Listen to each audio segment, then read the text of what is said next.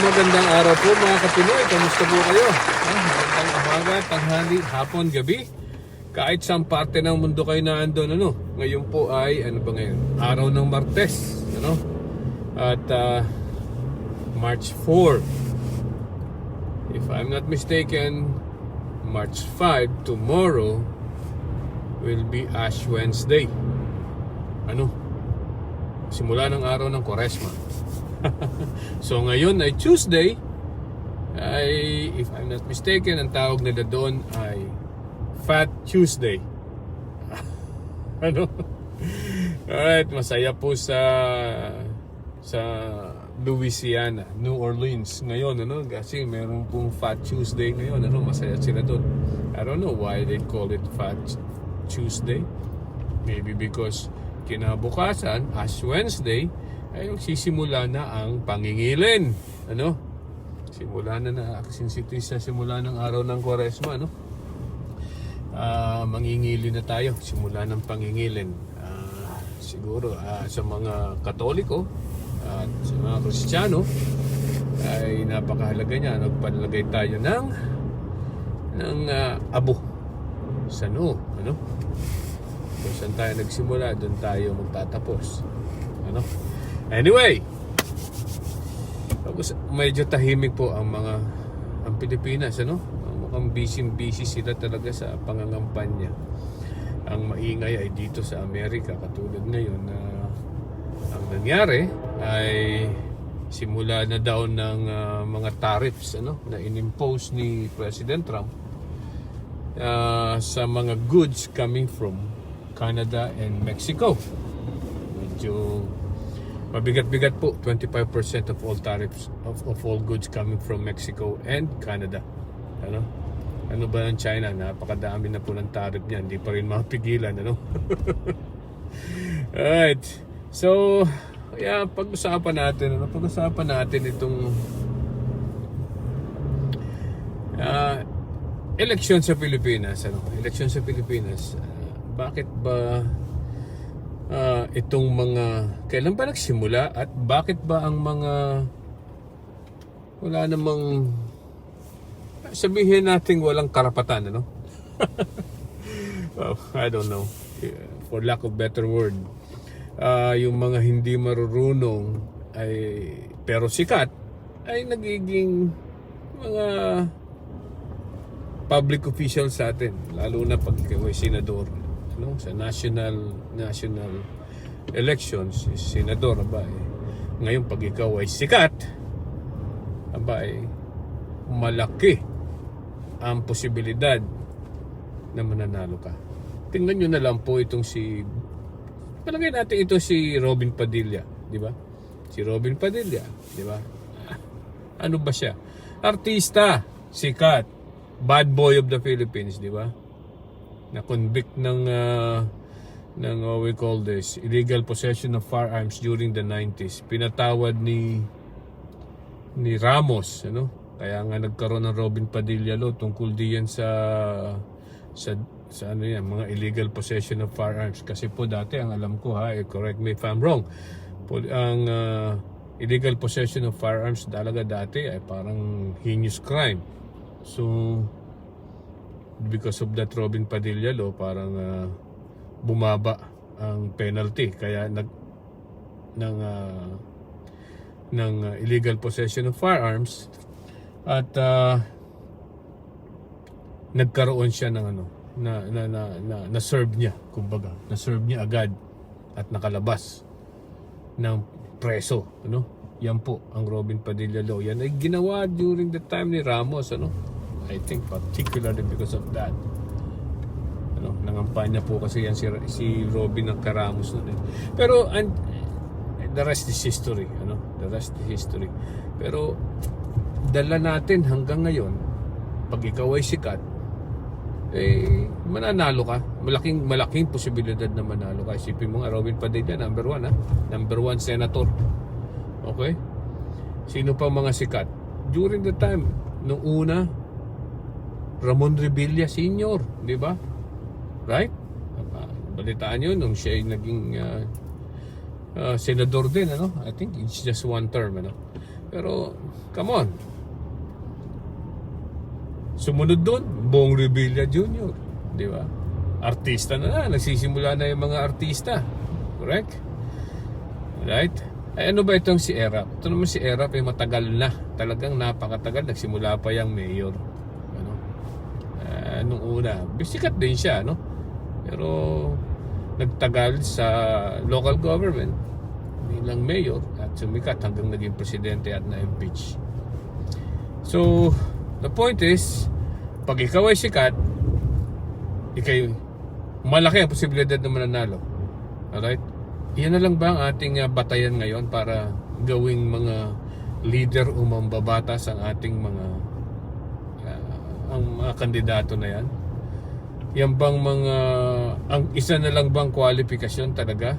At nangungunang kwalifikasyon para piliin natin ang isang kandidato ay dapat siya ay sikat? Nasa na yung kanilang mga integridad, kanilang kaalaman? Ano? Nasa na yun? Hindi na ba natin sila sinusukat? Hindi na ba natin kailangang alamin kung ano ang kanilang kapabilidad na gawin ang kanilang trabaho bilang senador, bilang congressman? Ano? Alam ba nila kung ano? Dapat siguro isa-isahin natin ang kanilang mga katangian. Kung sila ay alam ba nila talaga ang kanilang trabaho. Katulad nito, isa na naman, ano? Itong si Willie Revilla. Look, meron nung panayam nung isang araw sa kanya. Tinanong siya kung anong gagawin niya pag siya'y nanalo at anong batas ang kanyang gagawin. Anong sagot niya? Ibinalik niya ang tanong sa nagtanong sa kanya. Ano? Halatang obvious na talaga hindi niya alam kung anong gagawin pag naupo siya bilang senador. Pero before that, meron pang isang interview. Ang isang interview sa kanya, ano ba uling batas ang iyong gagawin sa Senado? Alam mo ang sagot niya. Aba, hindi pa naman ako nananalo eh. Tatanungin mo na agad ako. Papanalunin mo na ako bago ako magsalita kung anong gagawin ko. Yan pong mga klaseng sagot na yan, ayan yung mga sagot ng mga taong tumatakbo bilang senador na alam nila na wala silang alam. Alam nila yun, obvious, na wala silang alam sa trabaho ng isang senador, na isang mambabatas. Obviously,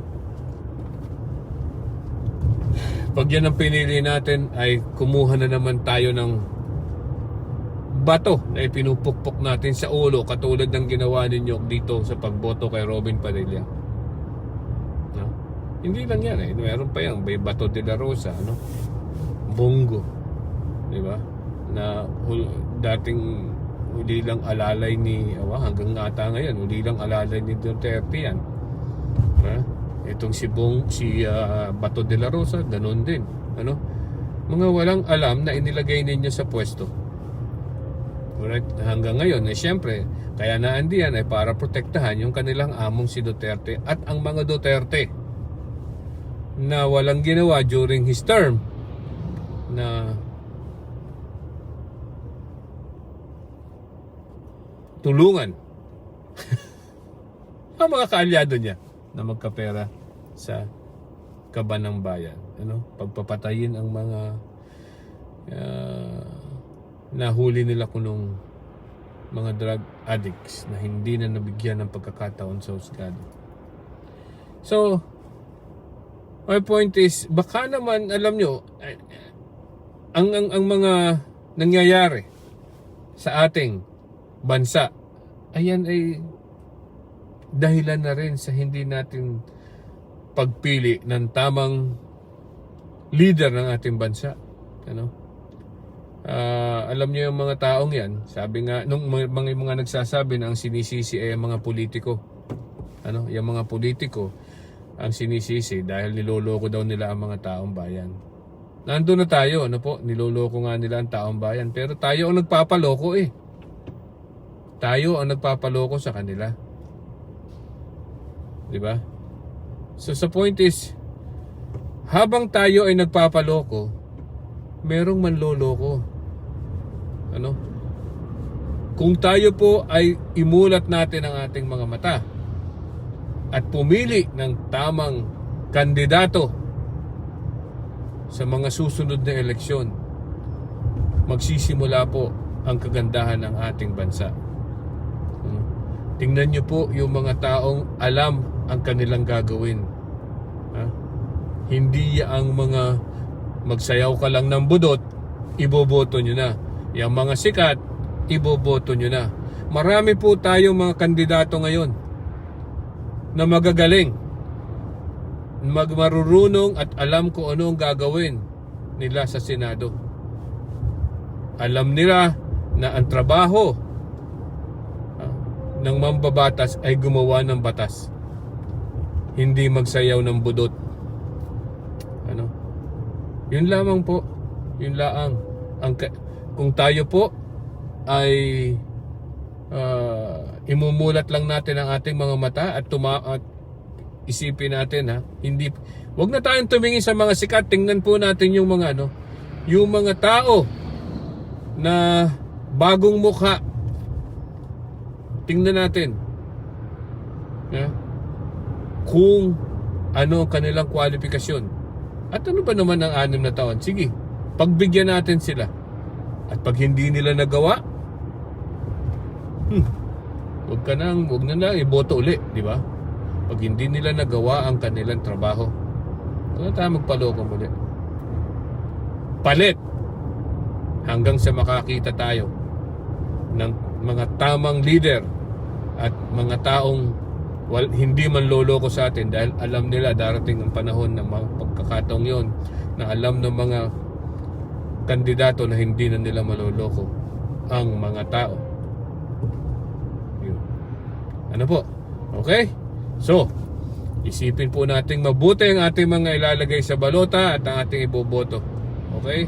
Magandang araw po muli sa inyong lahat. Bye-bye.